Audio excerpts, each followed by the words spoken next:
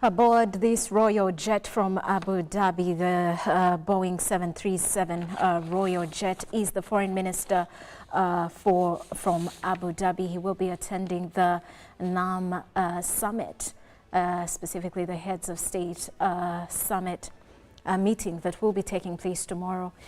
More dignitaries continue to trickle in for the two summits, 19th NAM summit and the G77 summit.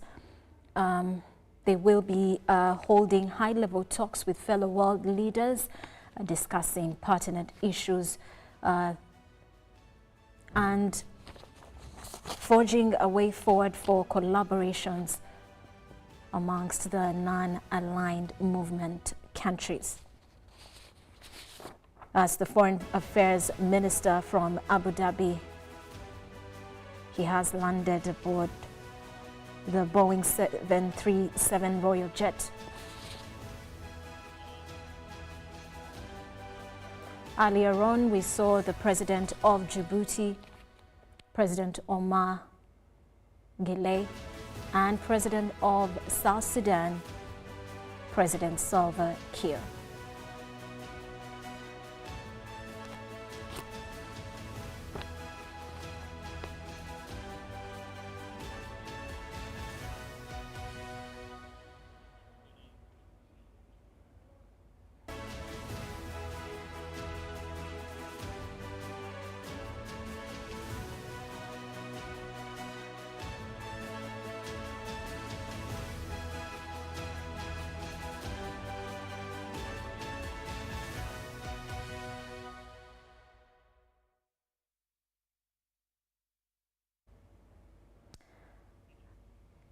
That's at the airport, Entebbe International Airport, where delegates continue to trickle in for the NAM summit and the G77 summit. Today, we have already received President of South Sudan, Salva Kiir, President of Djibouti, President Omar Guelleh, and now the Foreign Affairs Minister from Abu Dhabi. All these will be involved in high-level talks tomorrow at the heads of states meeting with the NAM summit as the non-aligned movement countries forge a way of deepening the global affluence, and many more talks will continue with that and on the sideline. Today we also saw the East Africa Trade and Investment Forum take place at Serena earlier on, and even now the ministerial meetings at Munyonyo are continuing. Later on this evening there will be a cultural gala dinner for the guests and the delegates, and tomorrow more activities will kick on. More meetings including the declaration, talking about the declaration of the Kampala draft. Well, for now, that's it. We will keep you updated with live events for the NAM 19th Summit and the G77 Summit as all those come in. Thank you for sticking with us today. I am Rhoda Ngonzi. Do stick around for more updates, both in our bulletins and the live updates.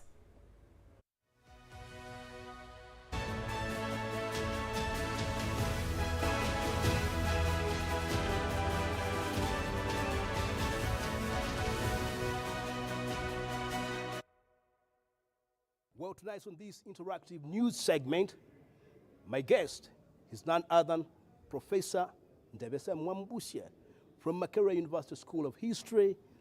He is also a renowned expert on contemporary politics. Thanks for joining me, Professor Ndebesa Mwambusie, on this interactive news segment where we discuss people with sound mind. Thank you for hosting me. Well, Professor, Uganda, on the 15th of January, we will be hosting two major international events.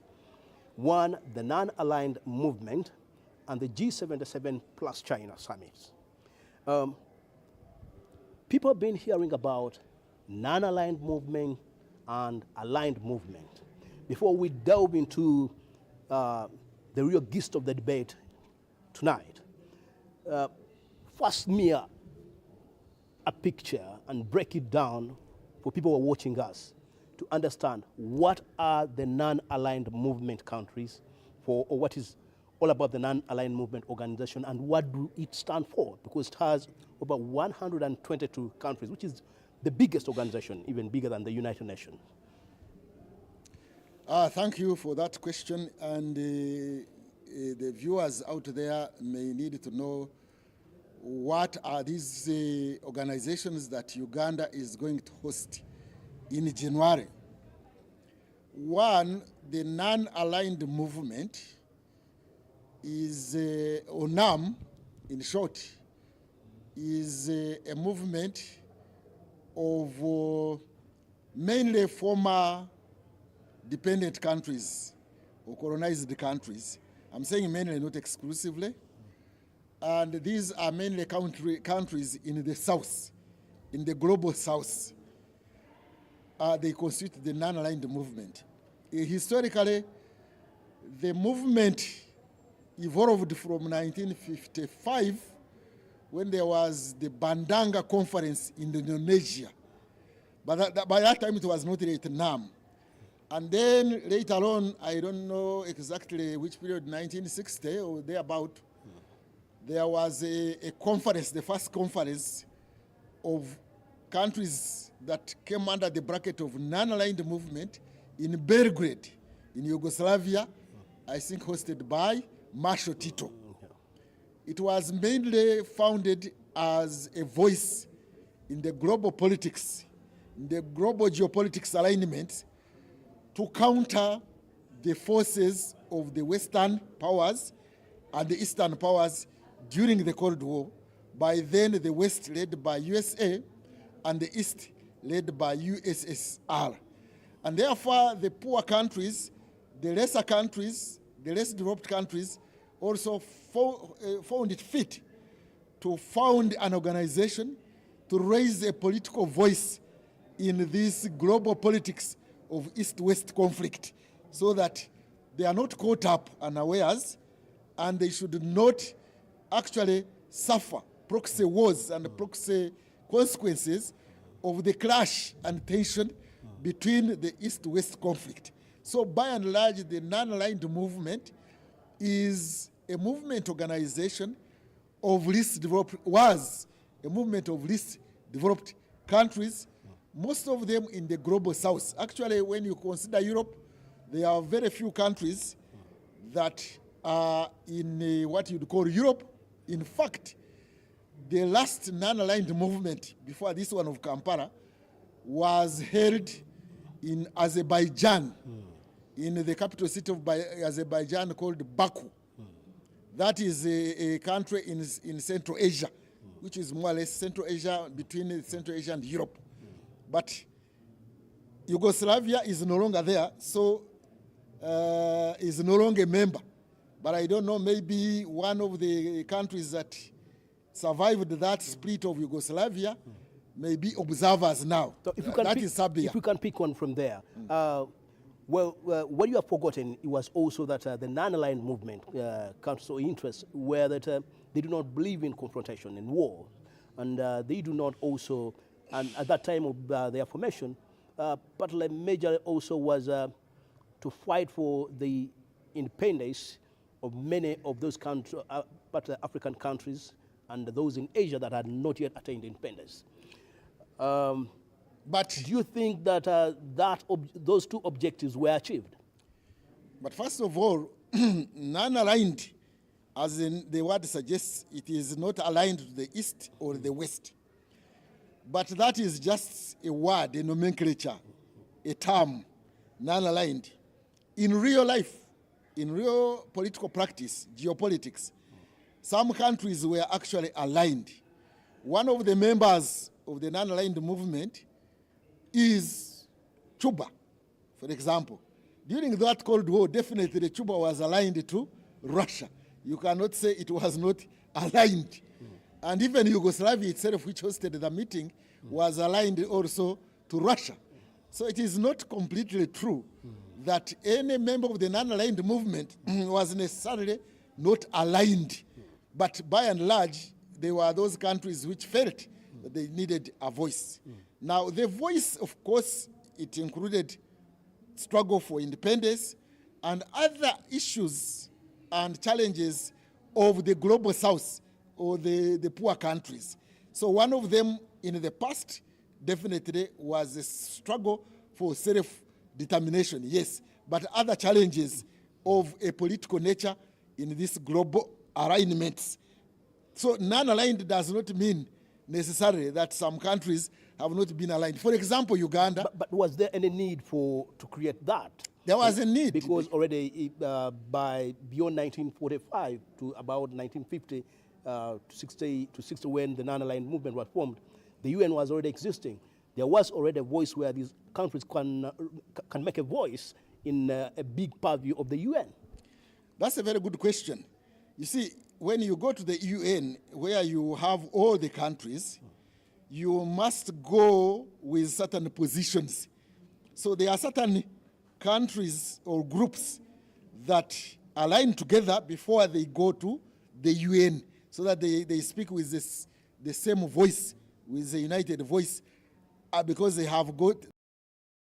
they share certain concerns. So the non-aligned movement actually was formed to mobilize those poor countries, the least developed countries, to have a united voice when they go to the UN, so that there is a united voice, a shared ideas when they go to the UN. But do you think, between me and you, do you think that these countries under the non-aligned movement have a voice? One at the UN Security Council, and in the whole umbrella of the UN. Are their position taken serious? They may not be taken seriously to extreme, but their voice sometimes is heard because they have got a united voice. When you raise that question, why did the African countries finally get self-determination? Among other factors is because there was a voice coming from the non-aligned movement.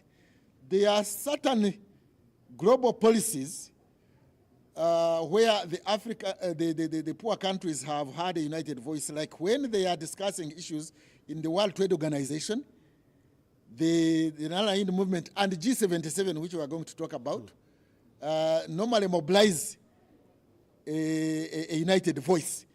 So, and for a long time, actually, the voice of the non-aligned movement had an impact on global geopolitics, where the West and the East did not necessarily sit on the rights and the sovereignty of the poor countries in the global South.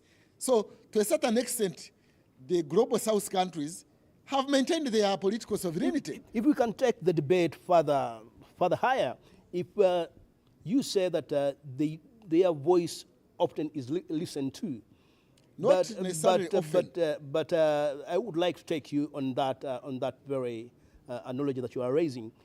When we look at when matters, when aligned movements are taking on an affiliate member state of the non-aligned movement, a case in point, when Colonel Muammar Gaddafi was being rained on, Saddam Hussein, these were members of the non-aligned movement. But the non-aligned movement, their voices were never heard at the UN General Assembly, at the UN Security Council, so to speak. And even though Russia and China were against it, their voice could not add up. So I want to ask you, when you say that their voices matter, to what extent do their voices matter?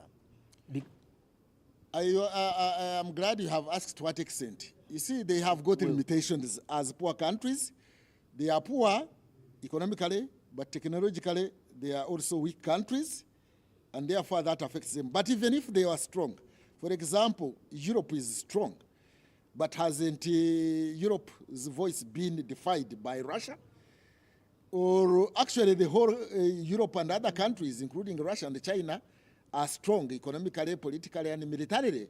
Hasn't their voice been swamped by the veto of USA concerning the Israel question, Israeli-Palestinian Gaza question? Having limitations. But you know, on the Israel-Palestinian Gaza question, they are held in a catch-24 situation. Both Europe that you're talking about, the Americans and the Russians, these are all Jews. Not necessarily. These are all Jews. Not necessarily. That's why they find themselves in a tricky box to raise a hand on Israel. No, let's not go into that one, because at the UN General Assembly, I think most of those countries voted for a ceasefire. But let's not go into that one. The issue is that the global South countries do have limitations. But having limitations, like in everyday life, you have limitations, you don't give up. You still have to continue struggling until your voice is heard. It may be having some quiet moderating influence on the global scene. Incidentally, let's also bring in here the question of G77. Before we get to that, I want you to first get back to the question. Why is that the way we have discussed them, all of them have remained silent on the Gaza question? They have not remained silent on the Gaza question. They have talked and they have voted. Even on the question of Ukraine, Russian question, they have talked. Why is it that their vote does not matter? You see, what matters in world geopolitics is the strength of your military, is the strength of your technology, is the strength of your economy. The non-aligned movement is a movement, is a political movement of the global South mainly. And these are technologically poor countries, economically poor countries, but being poor does not mean that you don't advocate, that you don't raise a voice. You still raise a voice and have some moderating influence, with also the hope that at some point you might be listened to, or you might have influence, like when the African countries and the global South countries continued to talk, finally all African countries or the global South countries attained independence or self-determination. So speaking now is not all lost. In the future, it might have a global influence. But two, you might also speak and get an ally. Like now when the global South non-aligned movement speaks, it gets an ally, a listening ear, by, for example, China and sometimes Russia. And remember now, in the current era, in the current global geopolitics, there is a shift. There is a new economic geography, and there is a new geopolitical alignment where you find that actually the issues of the day, the global issues, are no longer decided only by the West. There is now the rising China, there is a rising India, there is a rising tiger countries, and there is a rising Africa in terms of demographics, in terms of population, and there is a whole host of awareness. There is the Brazil coming up. But before we talk about the rising China, the rising Africa, I would like to take you on, because you say that they attain their independence and so on and so forth. But the issue that the entire Asia and Africa, more especially to those affiliate member states to the non-aligned movement, they are facing a new era of neocolonialism. I have just told you. With that monster of neocolonialism, they are losing it at a larger extent. No, no, they are not losing it completely. I am just telling you that it is true, there are limitations. Let me give you an analogy, an illustration. Men are still dominating women. We still have a patriarchal society.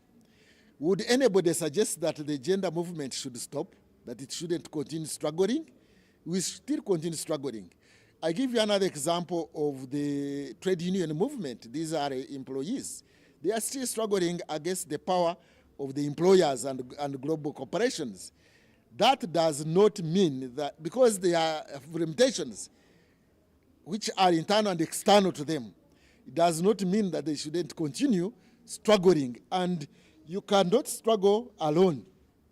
You have to have a united voice, and the non-aligned movement provides a platform in which they discuss the challenges of the global south, the poor countries, and then find strategies of addressing them or trying to overcome them, limitations notwithstanding.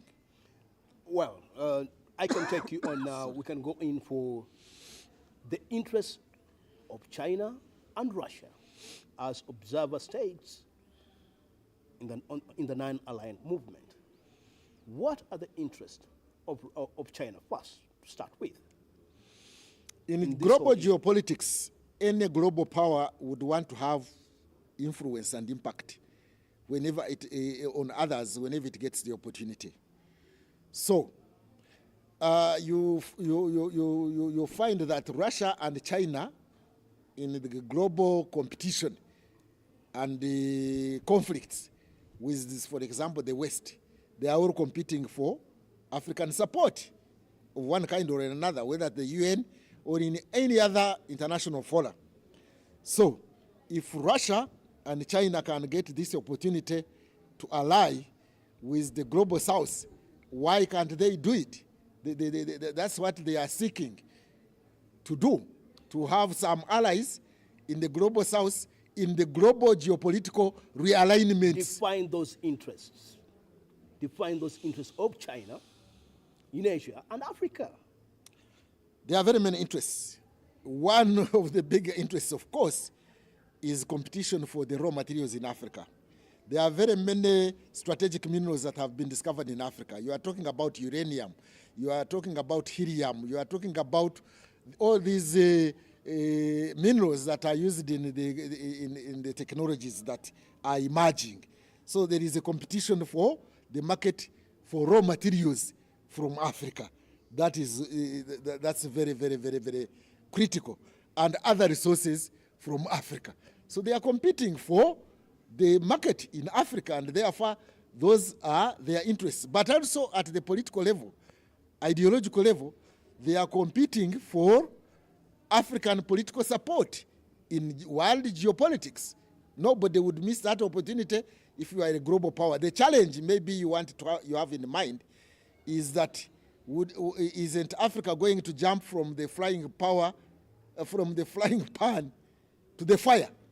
Because there are all these hegemonic struggles, hegemonic interests of these global powers. So China has got its interests, so is Russia, so is India, so is Japan, so is Turkey. Before you go in for the Russian interest, like you have said that Africa is likely to jump from a frying pan to fire. Yes, let us look at the debt that Africa owes China. We are talking about $65 billion. For Uganda or what? The entire Africa. Political analysts have argued, even the West, that China's investment in Africa, unlike in Asia, is not sustainable.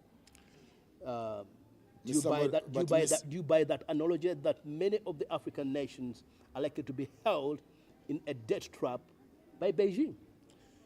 Mr. Moderator, I'm not going to answer that question until we go to G77, because the issue of struggle against economic domination and trade domination and technological domination falls within the docket of the G77. Let us proceed, but I will start with that question. Don't you think that Africa is going to be already held in a debt trap?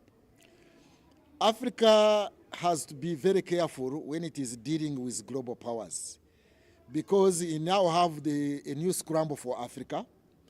You have heard of Africa-Japan Summit, Africa-India Summit, Africa-Russia Summit, Africa-Turkey Summit, Africa-America Summit, and the like. All these global emerging and existing powers, economic powers, would like to have influence in Africa of one kind or another, struggling for the African market. Yes, Africa must also arm itself in one way or in another to immunize itself against domination and exploitation and influence from all these global competing powers. The one way of Africa and the global south immunizing itself is having a platform for having one voice, and one platform through which they can have this voice is having the non-aligned movement summits and movement to immunize Africa and the global south against those potential threats to African sovereignty. Now, where does that leave Africa's economic independence? You see, If you are seeing some countries in the south, China is already attaching some of their assets because of failing to service their debt burden. Where does that leave the economic independence of many of the African countries? that's a challenge. I agree with you that Africa is faced with new challenges and dilemmas.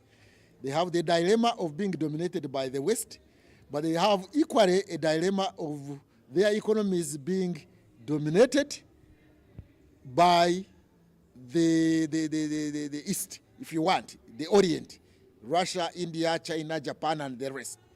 Now, when Africa is, or the global south is faced with such a dilemmas, it is incumbent upon the Africans to sit together and deliberate and engage on those possible challenges that they are being faced either from the West or from the East, and then find a solution. And one solution I would encourage them to adopt is that the non-aligned movement and the G77 should not talk about only the having one voice when they are negotiating with the global East, with the global North. No, they should also deliberate and engage on issues of how to improve their technology, how to share together their energy, their scientific views, and collaborate together so that they improve their technology, they improve the South-South trade, they improve their economic situation so that they can compete with the global North. I am told one of the themes that is going to be discussed in the Kampala NAM is how the global South, so the non-aligned movement countries, can add value to their raw materials so that they overcome this hemorrhage of their resources of exporting goods that have no value addition. But they have no way out on that issue, because if you are borrowing huge money from Beijing and you do not have the economic muscle to service those loans, the end result that you are going to have to stake your minerals for a bailout. Because we have seen that happen in Mali. Their biggest iron ore have been staked. Many countries in the south, they are staking their minerals as collateral securities. That dilemma and challenge is real. That if African countries or global South countries generally do not come together, deliberate and share ideas, and come up with strategic thinking and strategic plans to avert recolonization, they are going to be recolonized. And precisely, that's why the NAM and G77 meetings should take place and should have that platforms. The challenge is that there seems to be a monopoly of those dialogues by the states, by the governors, without involving the citizens. For example, if you asked Ugandans what NAM means, what it stands for, what its history, they have no idea. What G77 stands for, they have no idea. What is the global agenda? What is the agenda of the global South in overcoming recolonization? They have no idea. So one of the deliberations they should have, or for example, we the citizens of the global South, we should also have counterbalance forces and counterbalance meetings to counter the monopoly of ideas by the states who claim to represent the global South and sometimes they don't effectively represent the voice of the citizens. So, like this NAM, I don't know how much input is going to come from citizens of the South, other than having our governors represent us, sometimes for their own interests, to survive military coups in this era of military coups. And that's where I wanted to go, that under the theme of the Kampala NAM conference is deepening cooperation of NAM affiliate member states. But we are seeing from the look of things that the cooperation will have to remain in words, as it has been. We are seeing military coups in West Africa. We are seeing a lot of insecurity in the Great Lakes region. And partly in the case of Great Lakes region, the mantle is left for Uganda, often to sort out issues in the neighboring countries. Do you see that theme holding meaning That in is the face of problems that are facing the South? That's a very great question. That's a very good question concerning the NAM agenda. Now, the NAM agenda, the original NAM agenda, especially when it was founded in the 1960s, was a time of the Cold War and was the time of colonialism, because some countries were still under colonial rule. And therefore, the focus was on colonialism and the East-West conflict. Whereas the issue of neocolonialism still stands, which should be the agenda to overcome, I think the non-aligned movement should now have new issues on the agenda of the Global South. One of the agenda should be good governance, or should be governance. How should the Global South countries organize themselves, on which principles, so that they overcome their internal weaknesses, which actually create a situation of weakness. There are some politicians like Mugisha who have been giving an analogy that, for example, when you have like AIDS, AIDS is an opportunistic infection, HIV. When you have your internal weakness, AIDS, HIV virus will take advantage of you. Now, if the Africans or the Global South have their internal weaknesses in terms of poor governance and constitutionalism and the like, then that will create internal weaknesses too in the Global South. And these other global powers who are seeking to take advantage of us will take advantage of Africa and the Global South. So, on the agenda of the non-aligned movement, there should be good governance. There should be constitutionalism. There should be citizens' rights, so that we have new issues to be discussed in the non-aligned movement. So, what are the new issues now for the non-aligned movement? The new issues should be good governance, should be democracy, should be accountability. But they're not willing to discuss those issues amongst themselves because of vested interests.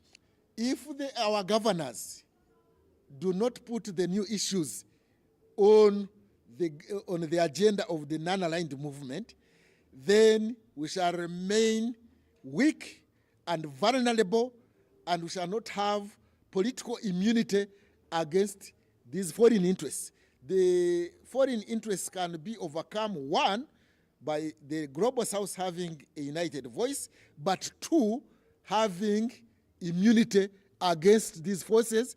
And one of the immunities that I would propose for the Global South new agenda would be discussing good governance in the Global South. So, when you look at these things, what's the relevance of Uganda to the hosting of the non-alignment movement?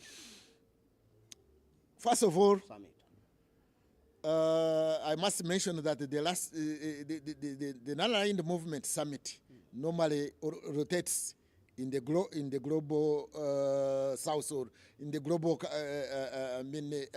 non-aligned movement countries.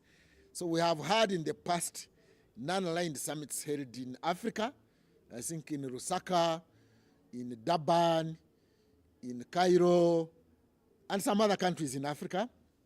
Outside Africa, we have had them in countries like Cuba, Belgrade, I think Delhi. Now the last one was Baku, which is in Azerbaijan. So this was a time for maybe another meeting taking place in Africa.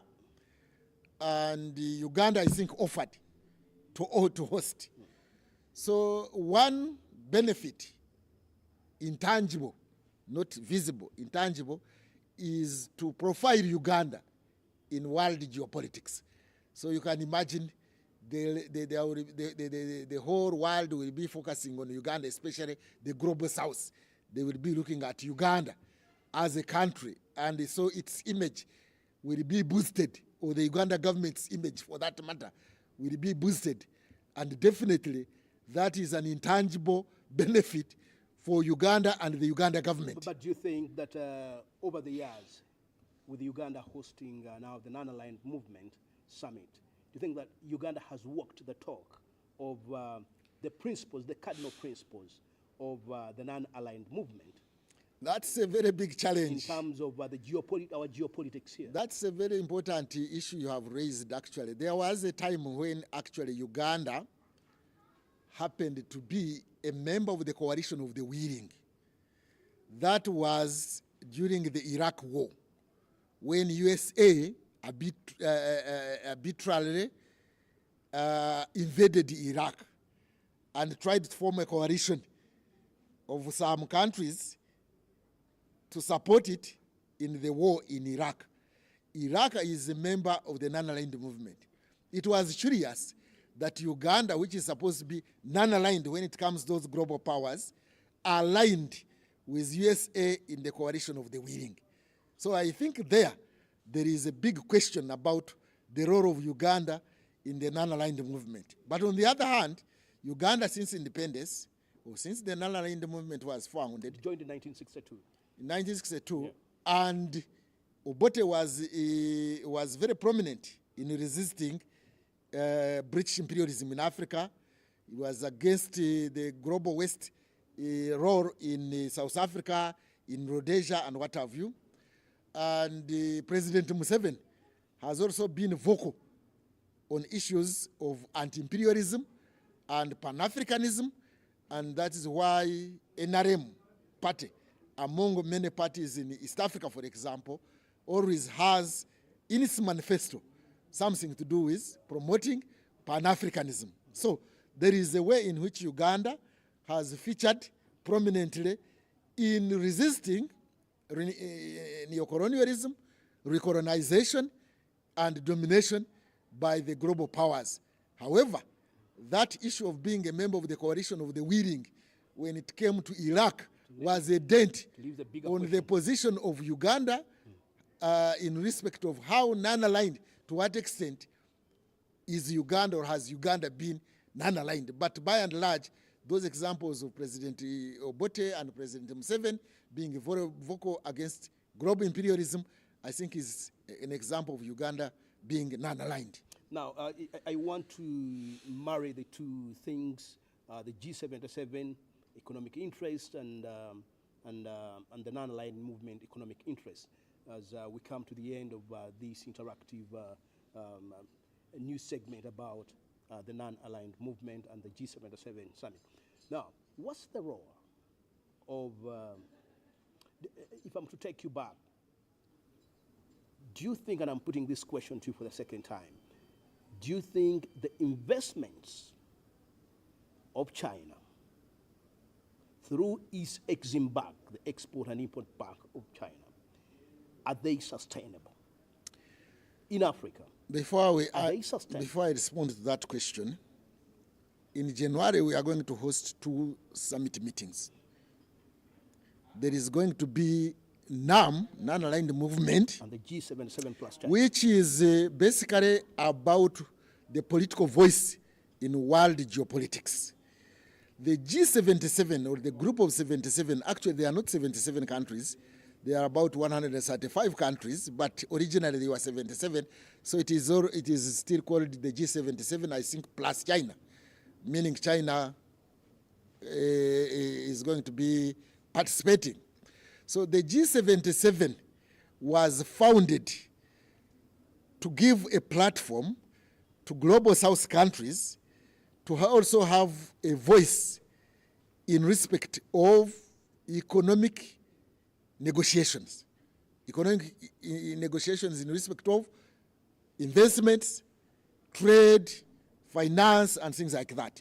So, you are asking the question about the China's influence. The sustainability of the China's influence in the South versus the interest of versus the economic interest of the aligned movement under their investments back, like the IMF and the World Bank.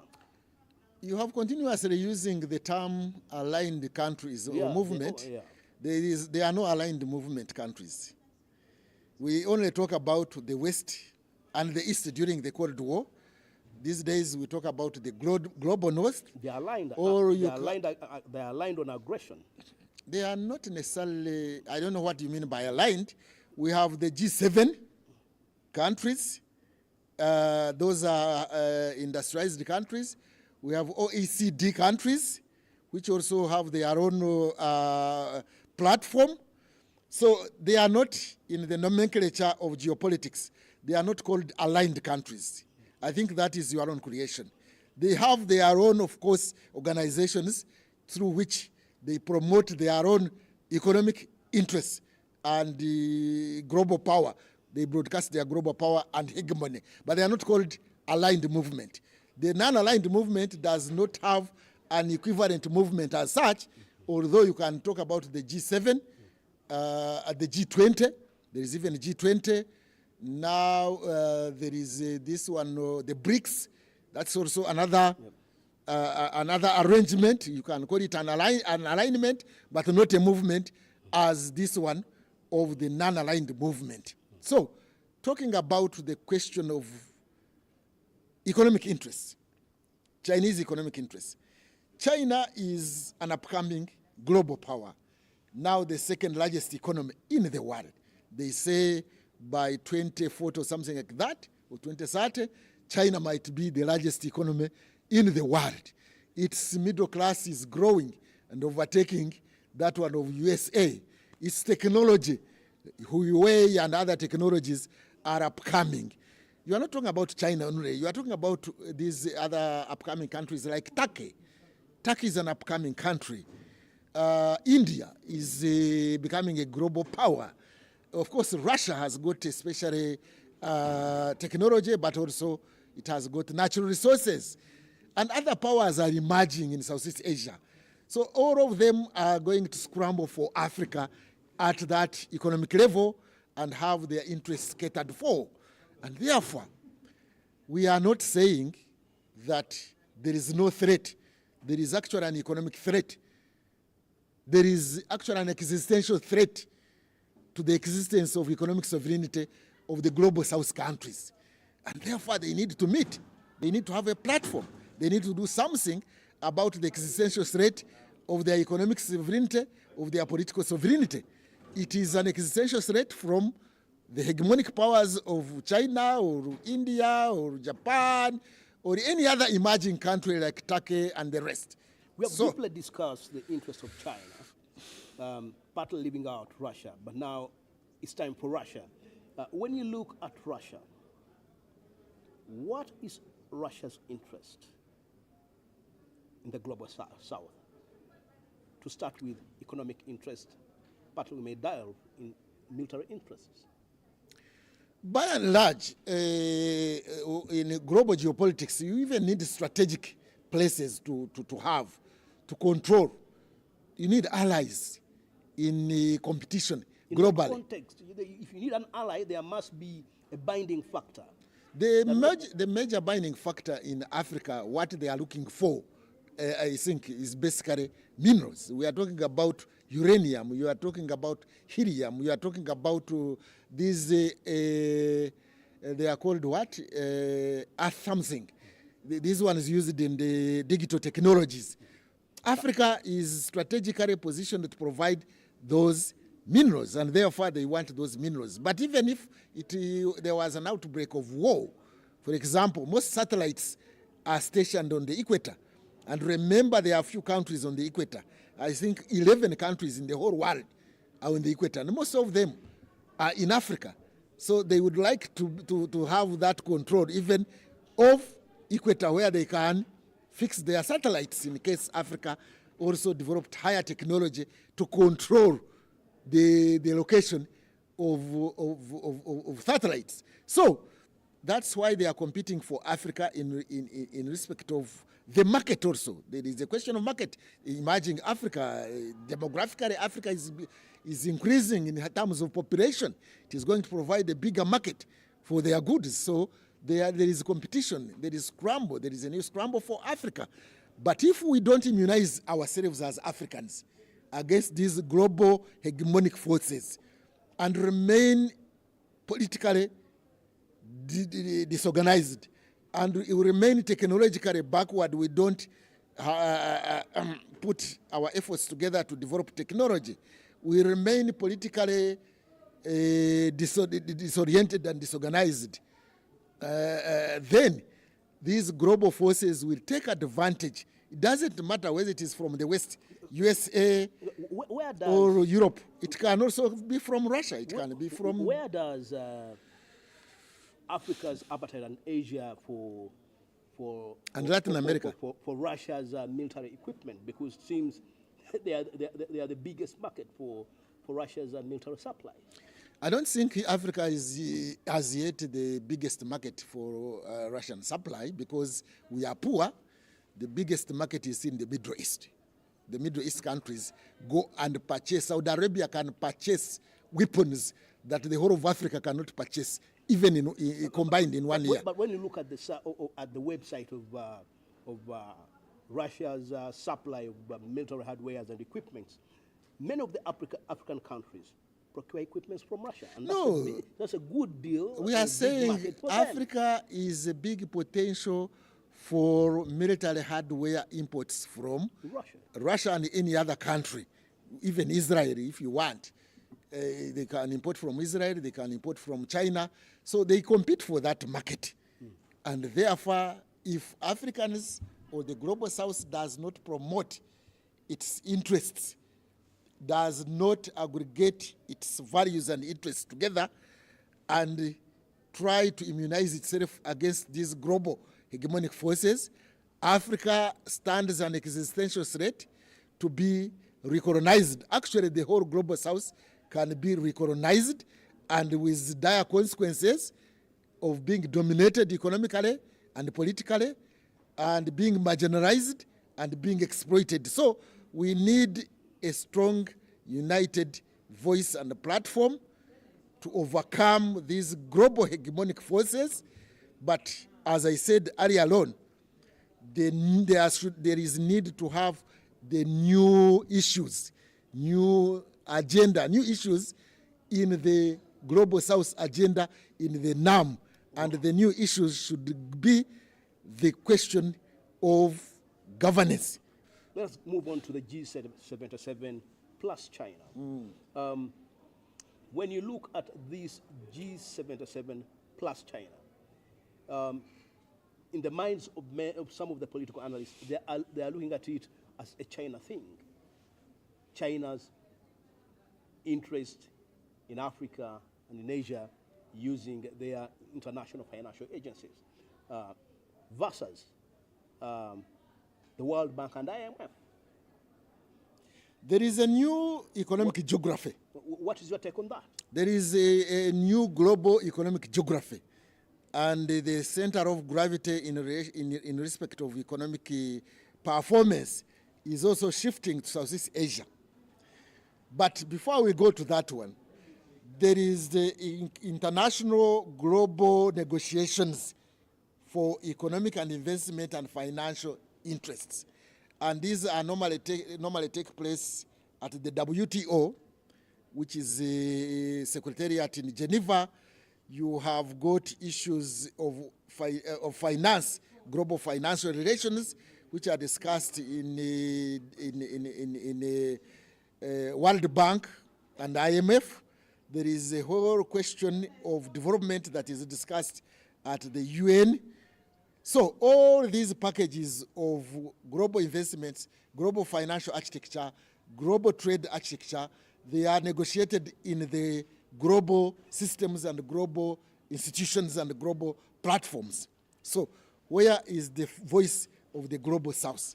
So NAM, the G77 exists to mobilize views and viewpoints in negotiating global economic relations. And this is the relevance of the G77. You are bringing the question of, what about China? Isn't it going to dominate the G77? Now you have even brought it in. I think that is a relevant concern, that as you negotiate global economic relations and you have brought in an emerging power like China, isn't it going to dilute the voice of the global South countries in their G77 plus China? Yes, they must be aware of that if you bring in China, and apparently India is a member, especially even of NAM. So when you are negotiating to avoid a recognition from the Western world, you should also be mindful that there are other emerging powers that might also recognize you. So Africa and the global south must be careful. So where do you see the economic imbalance, the clash, the economic clash now? You're seeing IMF, World Bank against the Exim Bank investments in Africa. Even pointing out to a fact, warning many African countries that be careful with the kind of loans that you are acquiring. You are likely to end up Africa and your own economic independence into an economic distress. There is, I told you earlier on that there is a new economic geography. Things are no longer as they were in the 1950s and 70s and 80s. Under a new economic geography, for example, China has got the Silk Road program, agenda, of wanting to dominate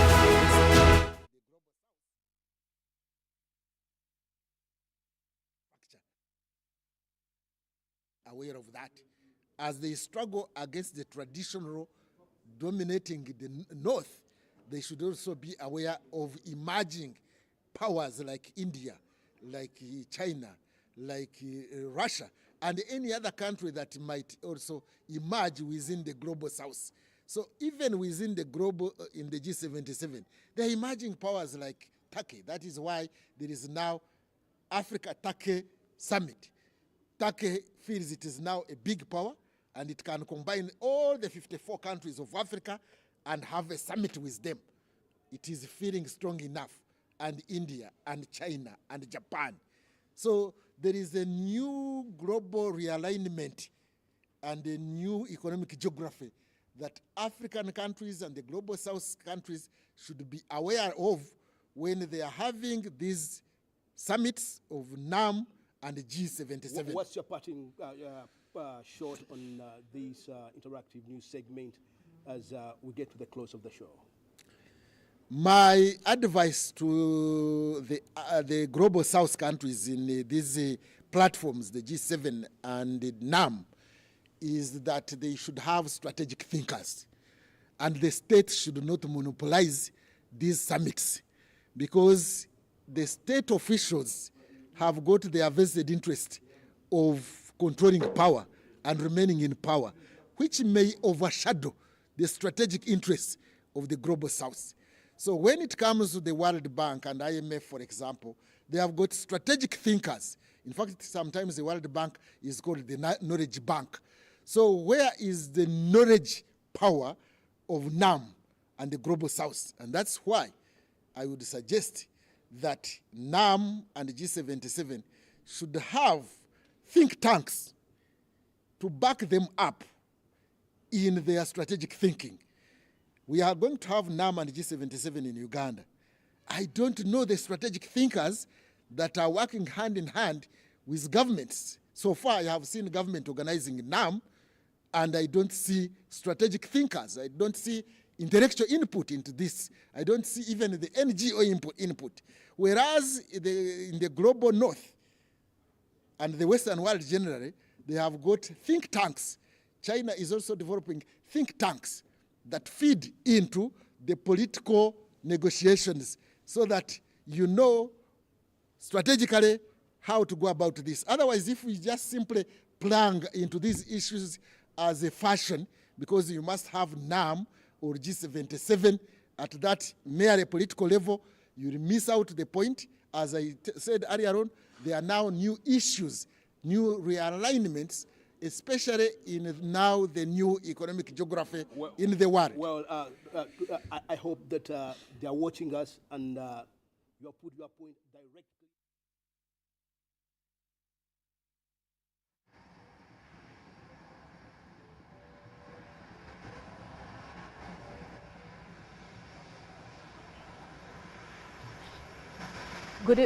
Good evening, viewers. And as you know, we are still having the non-aligned movement meeting happening in Kampala at the Speak Resort Munyonyo. And so far, several presidents have arrived to attend that meeting. And as of now, as you can see on the screen, that plane coming is actually carrying the president of Somalia, and he is Mohamed Abdullahi Mohamed of Somalia. And yeah, he has been a key figure in the Horn of Africa, navigating his nation through challenges and working towards stability and development. His presence at the Non-Aligned Movement Summit highlights the importance of international collaboration and solidarity among nations with shared values of sovereignty and independence. Now, as President Mahmoud engages with fellow world leaders during this summit, the discussions are expected to span a wide range of topics, including economic cooperation, regional security, and climate change. Now, Somalia is actually situated in a strategically vital location along the Indian Ocean and brings a unique perspective to the table, particularly regarding maritime security and economic development in the region.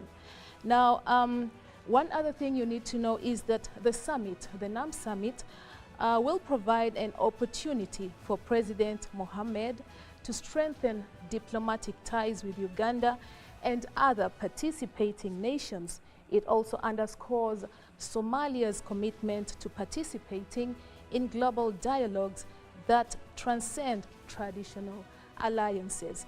And as we follow the events of the Non-Aligned Movement Summit in Uganda, we will keep you updated on the outcomes of these critical discussions. Stay tuned for more information on the diplomatic engagements and collaborative efforts as leaders from around the world come together to address shared challenges and promote international cooperation.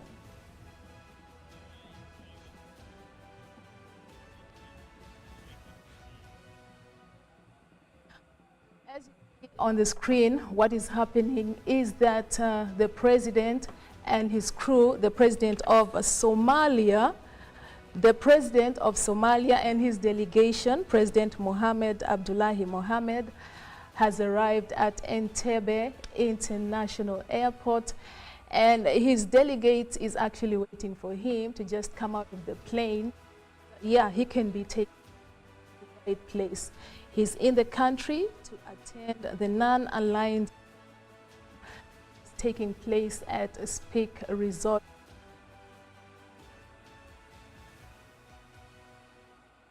Before his arrival,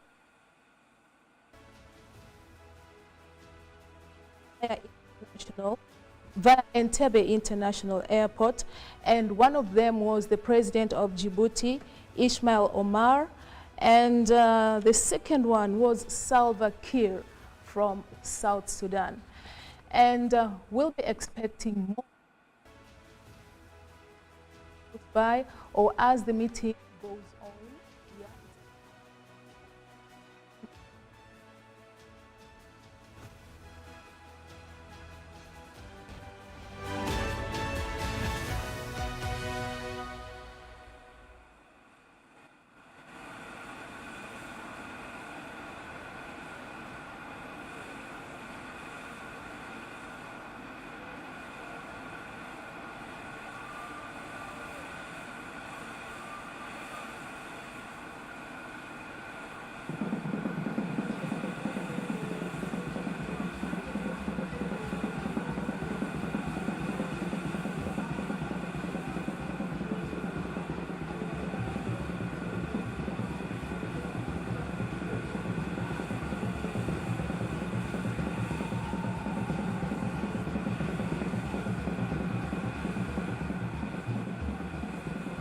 He's greeting his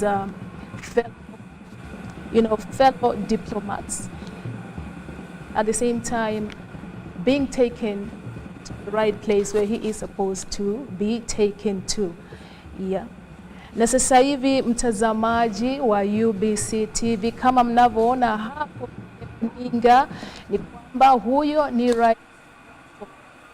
Rais Hassan Sheikh Mohamed ametoka kupokelewa katika uwanja wa ndege wa kimataifa Entebbe International Airport, na yumo nchini kwa ajili ya kuhudhuria mkutano wa NAM ambao ni mkutano wa wakuu wa nchi zisizofungamana na upande wowote. Na kwa mujibu wa taarifa, mkutano huo unafanyika katika mgahawa wa Speak Resort Munyonyo. Na awali kabla ya hapo tuliwaona marais wengine wawili wakiwasili nchini kabla ya Rais Hassan Sheikh Mohamud. Marais hao wakiwa ni mmoja wa Djibouti ambaye ni Ismail Omar Guelleh, samahani, na mwingine wa Sudan Kusini Salva Kiir. Na sasa hivi kama unavyoona kwenye runinga ni kwamba gwaride lake linaondoka baada ya kumpokea, na tunakuarifu pia kwamba mapokezi katika uwanja wa Entebbe bado yanaendelea, kwa kuwa tunawategemea viongozi wengine mbalimbali, wakuu wa nchi wengine mbalimbali. Na nikisema wakuu wa nchi, nazungumzia zile nchi ambazo ni nchi wanachama wa muungano wa Non-Aligned Movement. Na vile vile tunaona burudani, wacheza ngoma uwanjani hapo walifika kwa ajili ya kuwaburudisha wageni ama marais ambao wanafika uwanjani hapo, wanatua katika uwanja huo, na naona burudani zinaendelea vile vile, ngoma za kitamaduni za hapa na pale. Tutaendelea kukuarifu mtazamaji wa UBC TV, lakini kwa sasa huyo ndo rais ambaye amewasili nchini. Endelea kutizama runinga yako ya UBC TV, na muda mfupi baadaye hapo tutaweza kuletea taarifa ya habari kwa lugha ya Kiswahili. Lakini kwa sasa naona bado tunasubiria mapokezi ya marais wengine kufika nchini kwa ajili ya mkutano huo.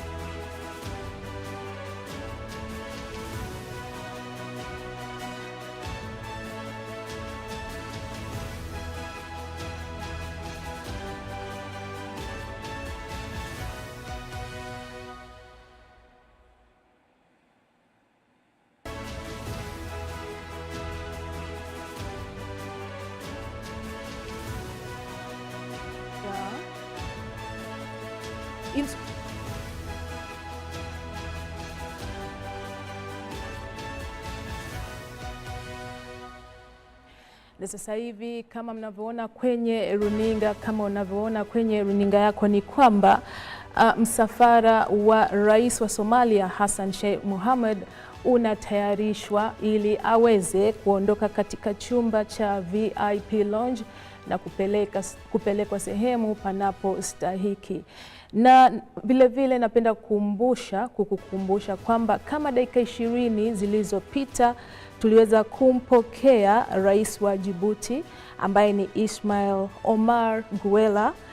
Hizo zilikuwa kama dakika 20 zilizopita, na sasa naona msafara wa Rais Hassan Sheikh Mohamud umeanza unaondoka pole pole, na kama nilivyokuambia awali wasubiria au tunategemea kuwapokea marais wengine kutoka nchi wanachama wa muungano wa Non-Aligned Movement.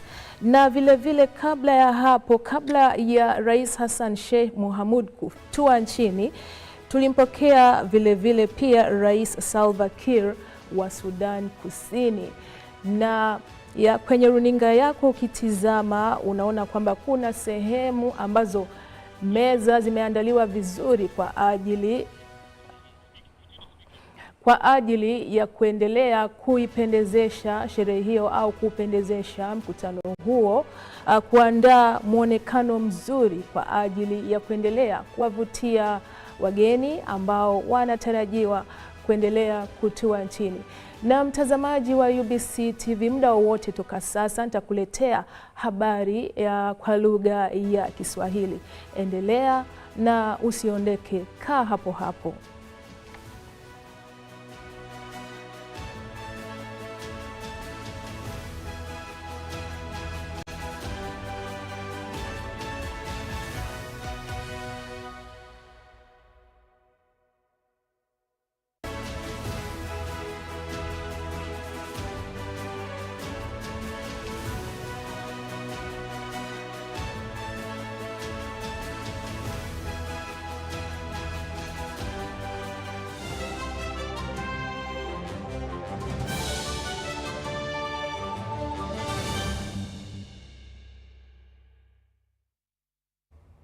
Hujambo mtazamaji wa UBC TV, unakaribishwa katika taarifa hii ya habari. Tunakutangazia moja kwa moja kutoka mjini Kampala. Naitwa Bella Masangano, na katika habari ya kwanza ni kwamba makamu wa rais Meja mstaafu Jessica Alupo